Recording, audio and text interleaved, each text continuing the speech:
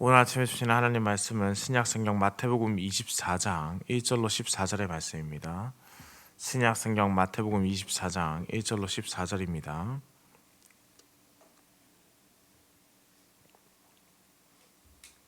함께 한 목소리로 합독해서 읽겠습니다. 예수께서 성전에서 나와서 가실 때에 제자들이 성전 건물들을 가리켜 보이려고 나오니 대답하여 이르시되 너희가 이 모든 것을 보지 못하느냐? 내가 진실로 너희에게 이르노니 돌 하나도 돌 위에 남지 않고 다 무너뜨려지리라. 예수께서 감람산 위에 앉으셨을 때에 제자들이 조용히 와서 이르되 우리에게 이르소서 어느 때에 이런 일이 있겠사오며 또 주의 임하심과 세상 끝에는 무슨 징조가 있사오리이까? 예수께서 대답하여 이르시되 너희가 사람의 미혹을 받지 않도록 주의하라. 많은 사람이 내 이름으로 와서 이르되 나는 그리스도라 하여 많은 사람을 미혹하리라. 난리와 난리 소문을 듣겠으나 너희는 삼가 두려워하지 말라. 이런 일이 있어야 하되 아직 끝은 아니니라. 민족이 민족을 나라가 나라를 대적하여 일어나겠고 곳곳에 기근과 지진이 있으리니 이 모든 것은 재난의 시작이니라. 그때 사람들이 너희를 환란에 넘겨주겠으며 너희를 죽이리니 너희가 내 이름 때문에 모든 민족에게 미움을 받으리라. 그때 많은 사람이 실족하게 되어 서로 잡아주고 서로 미워하겠으며 거짓 선지자가 많이 일어나 많은 사람을 미혹하겠으며 불법이 성함으로 많은 사람의 사랑이 식어지리라. 그러나 끝까지 견디는 자는 구원을 얻으리라. 이 천국 복음이 모든 민족에게 증언되기 위하여 온 세상에 전파되리니 그제서야 끝이 오리라. 아멘.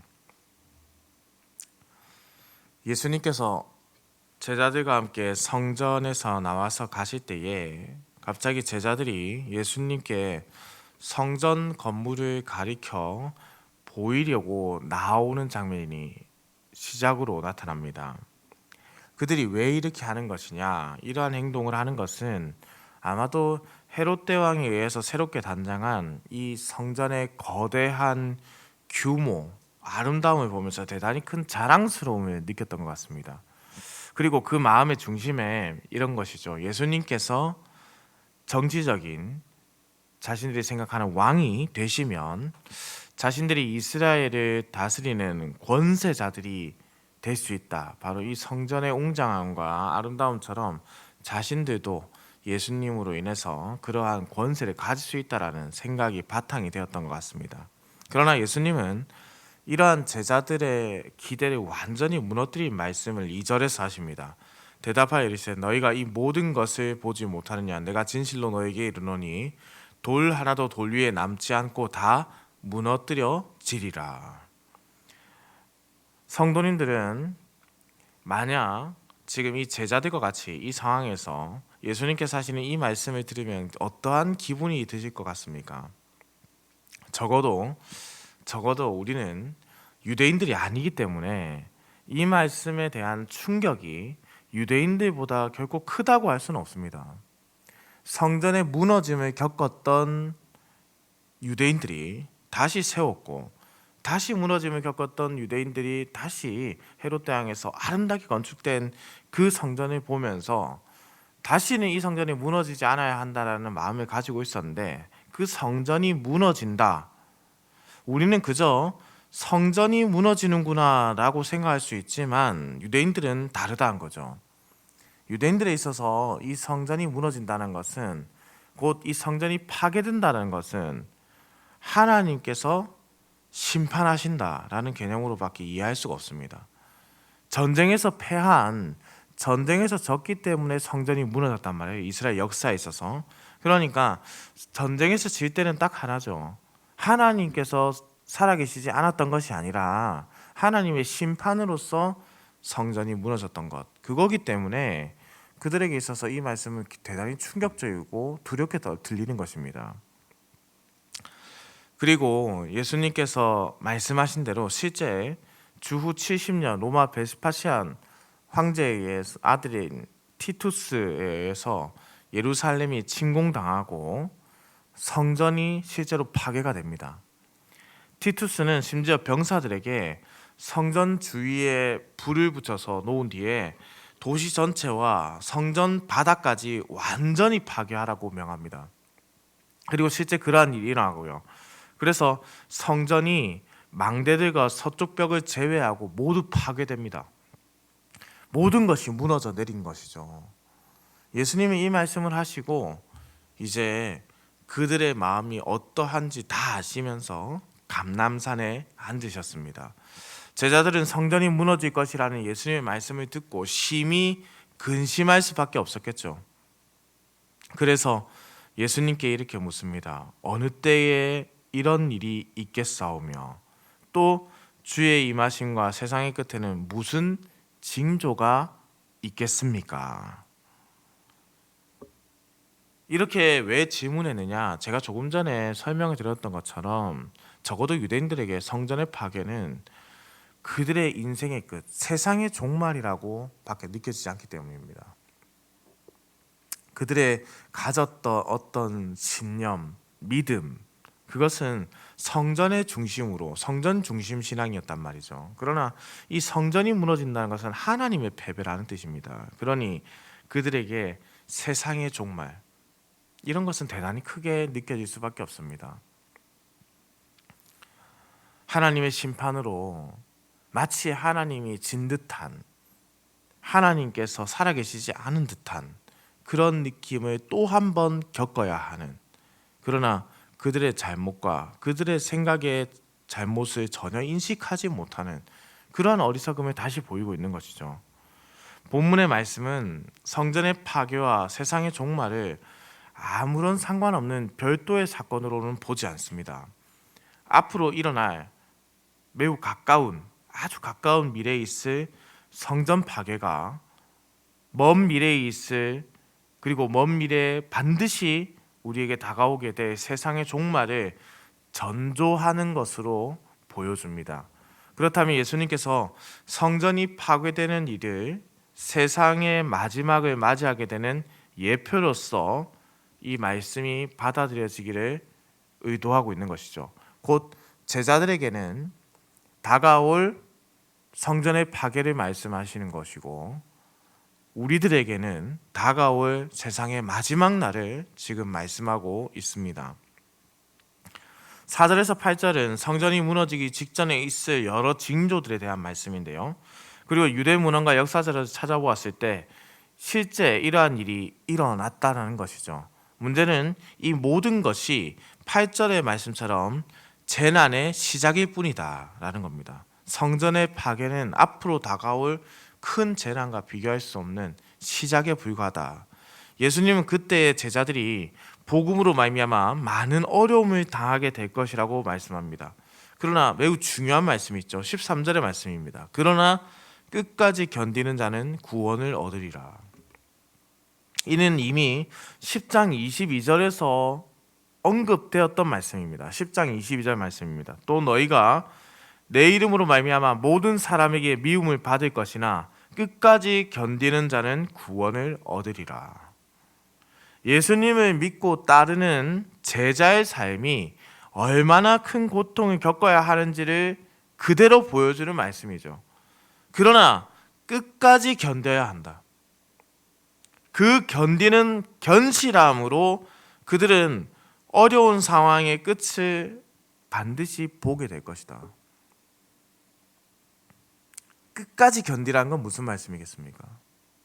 끝이 있다는 거죠. 반대로 이야기한다면 영원하지 않다는 겁니다. 그 고난이라는 것이 마지막 날에 그 끝까지 견디는 자가 승리를 쟁취하게 된다. 그리고 그 끝에 대해서는 14절에 이렇게 말씀합니다. 이 천국 복음이 모든 민족에게 증언되기 위하여 온 세상에 전파되리니 그제야 끝이 오리라. 반드시 끝이 옵니다. 그리고 그 끝을 위하여 우리는 복음 전파의 필요성에 대해서 반드시 기억해야 한다라는 것이죠. 사랑하는 흥덕향산교회 성도님들, 제자들은 성전 파괴라는 큰 충격을 받게 될 것입니다. 자신들이 믿어왔던 성전이 무너지게 되고 자신들이 원했던 정치적인 어떤 힘을 가진 자리도 결코 그들에게 주어지지 않을 것입니다. 그래서 그들은 큰 좌절을 경험하게 되고 그것은 당연한 결과로 그들에게 주어지게 됩니다. 그러나 그들이 이 당연한 결과를 당연하게 받아들이는가? 그렇지 않습니다. 그들은 미래에 아주 당연히 이어져야 할 연역적인 인과관계에 의한 결과가 아니라 다른 결과를 따라 살아가게 됩니다. 바로 좌절과 슬픔 가운데서 있는 것이 아니라 예수님의 말씀대로 복음 전파라는 모습으로 살아가게 된다는 뜻입니다. 많은 사람들이 성전의 무너짐으로 인해서 좌절하고 넘어지게 되고 아픔을 겪게 됩니다. 그것이 성전에 무너지는 당연한 결과겠죠. 그러나 제자들은 결코 그 당연한 결과를 따라가지 않는다는 겁니다. 왜냐? 그들에게 바로 세상의 마지막 날을 기대하는 마라나타 신앙이 있기 때문입니다. 좌절하고 넘어지고 두려워하며 도망치는 삶의 자세가 아니라 복음을 전파하고 주의 말씀을 온전히 전파하는 그리스도의 제자된 삶을 사는 것, 그리스도께서 말씀하신 대로 그 명령대로 온 세상에 복음을 전파하는 삶을 사는 것, 그것이 내 힘이 아니라 오직 성령의 사람으로서 살아가는 것, 끝까지 견디는 자로서 그들이 살아가게 된다. 삶에서 모든 것을 잃어버린 듯한 그러한 기분이 들 때, 경험을 할 때가 있습니다. 다시 일어서기에는 막막하고 막연하고, 과연 내가 예수를 믿고 살아가는 것이 나에게 얼마나 득이 될까라는, 도움이 될까라는 매우 실리적이면서 실용적인 생각들로 가득 차 의문으로 살아갈 때도 있습니다. 그러나 우리가 기억해야 됩니다. 우리 주님께서는 결코 우리가 당하는 고난을 모르고 계시지 않다라는 겁니다. 우리가 당할 고난을 미리 알고 계셔서 제자들에게도 미리 말씀하신 것처럼 적어도 우리가 당할 고난을 이겨낼 방편도 마련해 주신다는 거예요. 시험을 당할 때에 우리 주님께서는 피할 길을 열어두시고 그곳으로 피하도록 인도해 주시는 겁니다. 그것이 제자들에게도 예수님께서 하셨던 그 일이고 지금 우리에게도 하시는 일이죠. 제자들은 아름답고 크고 웅장한 성전을 가리켰지만 예수님께서는 성령으로서 더욱 아름답고 웅장하게 세워지는 교인인 제자들을 향해서 지금 이 말씀을 하고 있습니다.